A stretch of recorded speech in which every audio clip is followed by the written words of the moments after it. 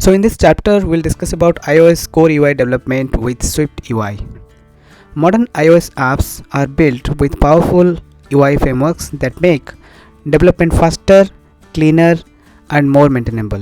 One of the biggest innovations introduced by Apple is SwiftUI, a declarative UI framework used to build user interfaces across iPhone, iPad, Mac, and Apple Watch. In this guide, we will explore the core UI development concepts in SwiftUI, including views, layouts, navigation, state management, and architecture patterns like MVVM. So without further delay, let's get started. So before going to this video and discussing about this chapter, if you are new to this channel, please subscribe for this type of content and hit that like button. So what is SwiftUI? SwiftUI is a modern UI framework introduced by Apple during Apple Worldwide Developers Conference in 2019. It allows developers to create user interfaces using declarative syntax in the Swift programming language. Traditional UI development.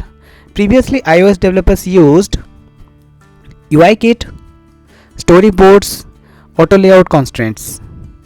These approaches required more boilerplate code and manual UI update. However, SwiftUI approach.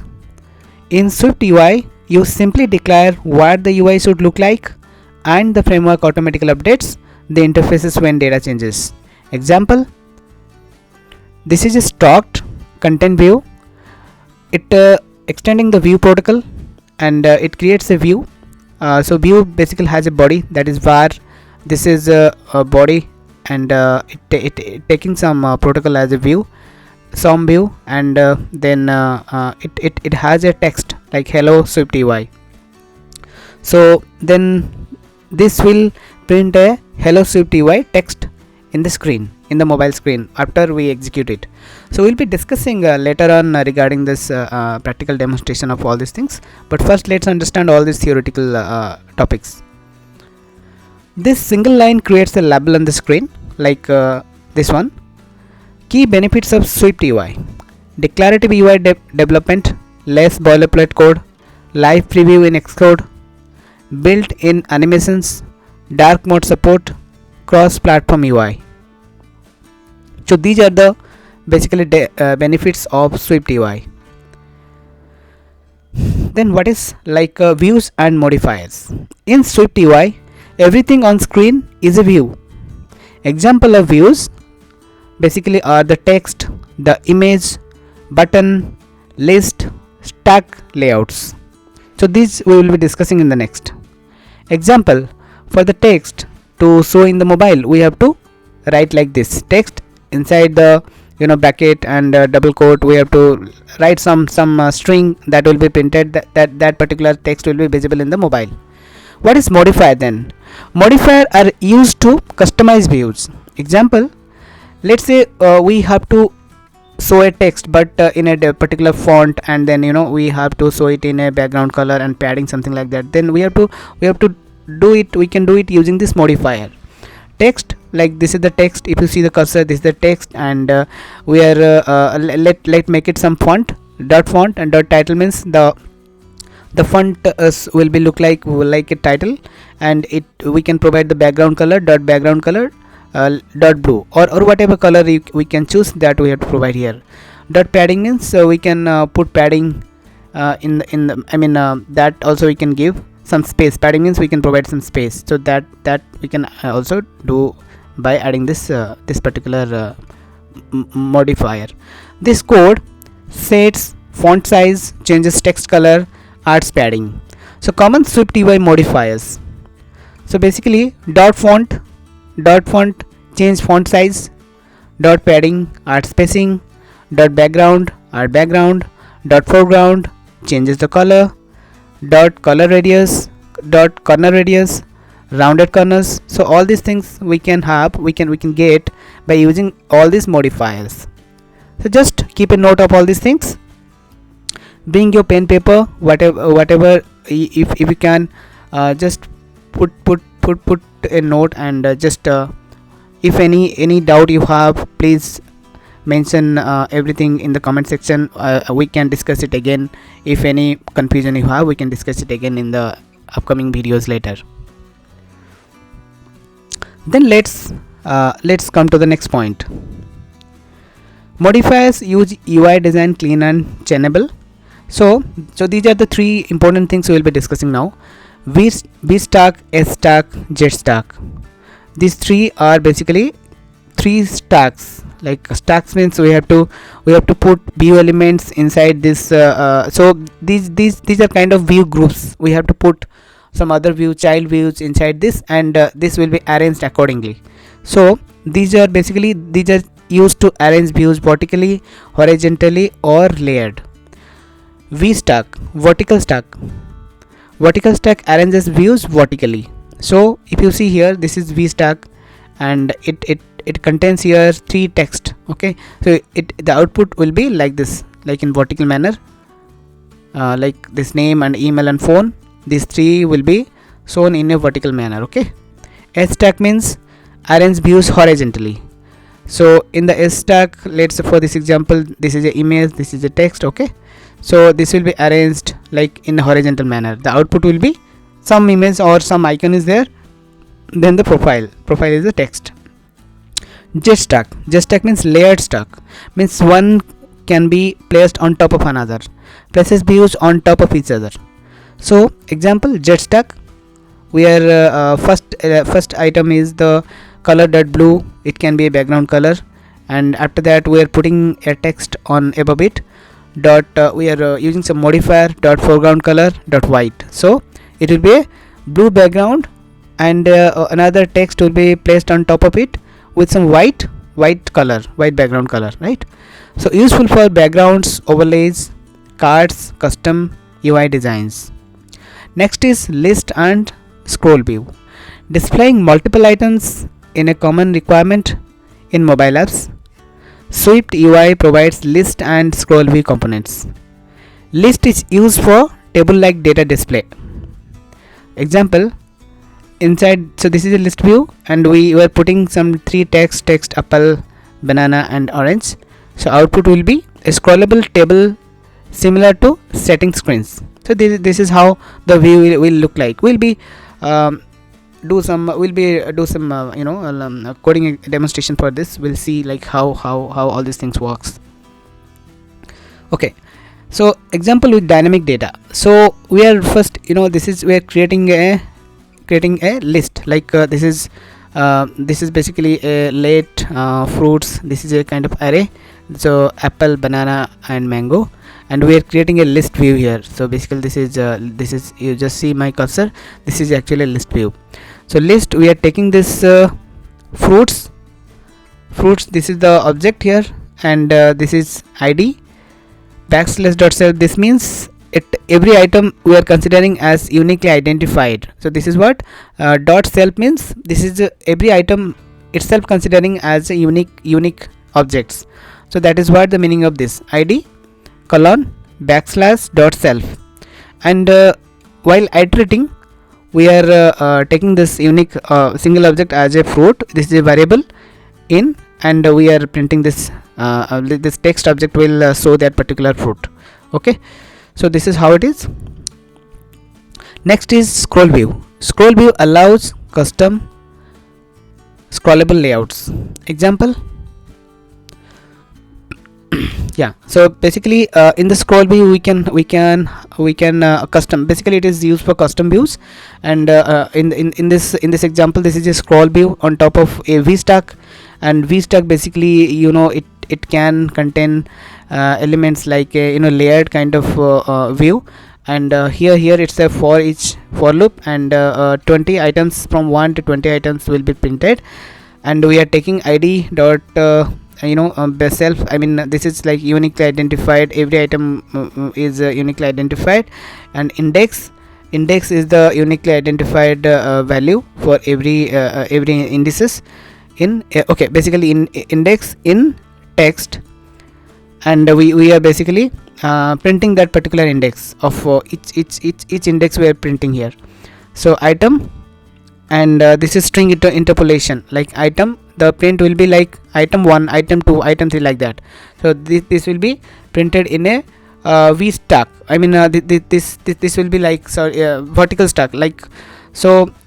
Because all these things will be fall under inside a scroll view, so it will be whatever length it will be, it's not a problem, it will be handled through the scroll view. Let's say the screen has a particular specific height, okay, but the items will be more than that. In that case it will be scrollable, right? That is what the scroll view, the importance of scroll view is. Unlike list, it gives full control over layout design. Okay. The next thing is to discuss, that is navigation stack. Navigation between screen is handled using navigation stack. Basically, in a particular application, we can have multiple screens. To navigate from one screen to another, let's say we have a screen with with list of items, and click on that particular item, we have to see the details. So that kind of so in that case navigation required. Navigation basically required in many like just let's say example, you have an application that need I mean that first screen will be login screen. After login we have to go to the dashboard. In that case also that is kind of navigation, means from one screen to go from one screen to another. So that thing can be managed by navigation stack. So navigation stack here, as per the example, in the navigation stack, this is a VStack, and in the VStack navigation link, and this is a like go to details is a string. It will show as a link, and detail view is another view that we have to jump to that detail view. So the how to do that? So for that, whatever detail view, so detail view is nothing but a view, and we have to, prior to that we need to create that. So struct detail view, it is taking that view as a protocol, and this is creating a body. So this is basically a view should have a body. Okay, so this is how the sum. What is the meaning of sum here? Basically Swift will decide which type of view in runtime. So that is why this is the syntax of creating a view body, and this is like var body, and this is taking the protocol as view, but the sum will tell SwiftUI that will be like which type of view it is. That will be decided by Swift later on at the runtime. Okay, so this is we are showing a text detail screen. So this is how the is struct, and this will be visible from, this will be will be redirect from this particular navigation link. Features: push navigation title, toolbar items, programmatic navigation. This can be possible using the navigation navigation stack. Now let's come to state management. So state management is one of the most important concepts in Swift, and @state stores local means this is basically a property wrapper. @state is a property wrapper. Okay, this is known as property wrapper. So @state stores local view state. Okay, so local view state means let's say we are doing here in this particular example. So this is a like struct. We are creating a struct, and here this is a counter view. We are using this view, and then inside the views VStack we are doing something like text. This is the counter, and we are showing that particular counter. I mean we are basically showing this particular text, and we have a button that have some text that is increased inside the button. Basically this particular highlighted area you can see. In the button we are basically doing the count, increase the count to next, like after click on that it will increase the count. So basically this count is, we have before that, if you see, this count is already wrapped with this state. Like basically this is a wrapper, property wrapper, we have wrapped it using the @state. So after doing this, what will happen? Whenever any change happen to this particular value, particular count, or it's a variable, but it will be get changed when click on this button, then the view will be automatically updated automatically. That is how the @state works, because this particular view contains this @state any value that is wrapped with this property wrapper. Then any changes happen to that, then it will update that view which it contains in, I mean in so accordingly it will update. So whenever count changes, the UI automatically updates. That is how @state works. Now next, move to @binding. @binding allows two-way data sharing between views. How basically it works, like if we see, this is a parent view, and like we are creating it using the stock parent view, and inside that there is a state private var is on, that is initially it is false, and this is a this is a like body, some view inside that, basically using we are again calling this child view. So child view, this is a particular syntax, like is on, we are passing it on, like is on value. Okay, so in the child view, so this is again the child view. So first one is the parent view, now this is the child view. In the child view, this is again another view, and it has that binding property wrapper, and we have take it as @binding. This is on, and this is actually boolean type. Then here we are using a toggle basically works like on and off. We can do it on and off. It's a flag change, true or false kind of view. So whenever we are doing this, enable is on, it the value will be get changed, but it will show there in the parent view. Like that is how this @binding works. So it will communicate between two it is basically two-way data sharing kind of property, like even whatever change happened in the child view, that will reflect in the parent view. It allows the child view to modify parent state. Okay, this is how it works. The next point is MVVM with SwiftUI. The recommended architecture for SwiftUI app is MVVM, model view view model. So what are the components? So first one is the model. Model has data structures, business data.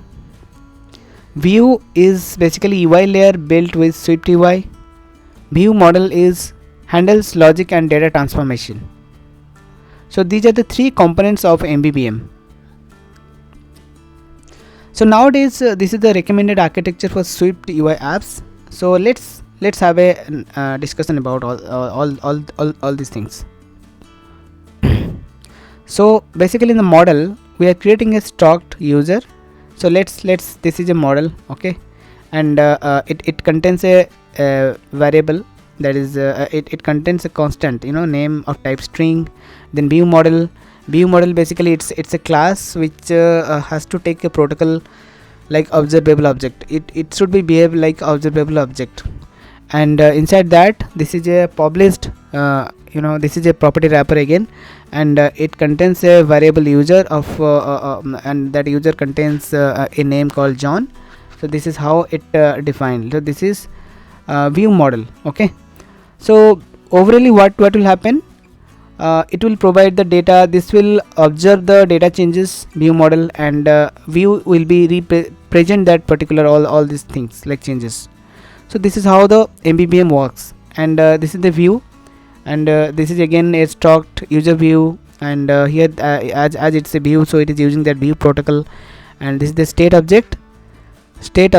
I mean this is actually view model object. So this is wrapped with @state object property wrapper, and it contains a view, and inside that basically what we are doing is we are showing that particular username, view model dot user dot name. Okay, because view model contains that user, and name is basically property of the user object. So whenever any changes happen to this name, it will be automatically visible in this view. So this is a short example of view model, but view model MVVM can be used in various use cases, various different type of applications, and it has a lot of usage. We will be discussing in coding demonstration later in the future topics. Now what are the benefits of MVVM? Clean architecture, separation of concerns, easy testing, scalable code base. These are the 4 crucial benefits that we can get from MVVM. Now next is dark mode support. One of the biggest advantages of SwiftUI is automatic dark mode support. Dark mode was introduced in iOS 13. SwiftUI automatically adopts UI color based on system appearance. Example, this is the text foreground, and we can take it like basically foreground.primary. Primary color automatically switches between black or white, that is dark mode or light mode. So this is how if we do this dot primary, then it will automatically whenever switches the from light mode to dark mode, then automatically that text color will automatically be handled. Okay. Next is custom dark mode support. Color dot system, this system background color dot system background will help like this will ensure your app UI works perfectly in light mode and dark mode. So finally we are now ending with this particular topic with SwiftUI has completely transformed iOS UI development by making it faster, simpler and more declarative. With powerful features like stack-based layouts, built-in navigations, automatic state updates, MVVM architecture, native dark mode support, developers can build modern iOS applications efficiently using the Swift languages and tools like Xcode. So we'll be all these things we have discussed in a theoretical manner here, but we'll be going through the coding demonstration in the Xcode, so in the next chapter. Thank you for watching. Stay tuned with this particular series. Thank you.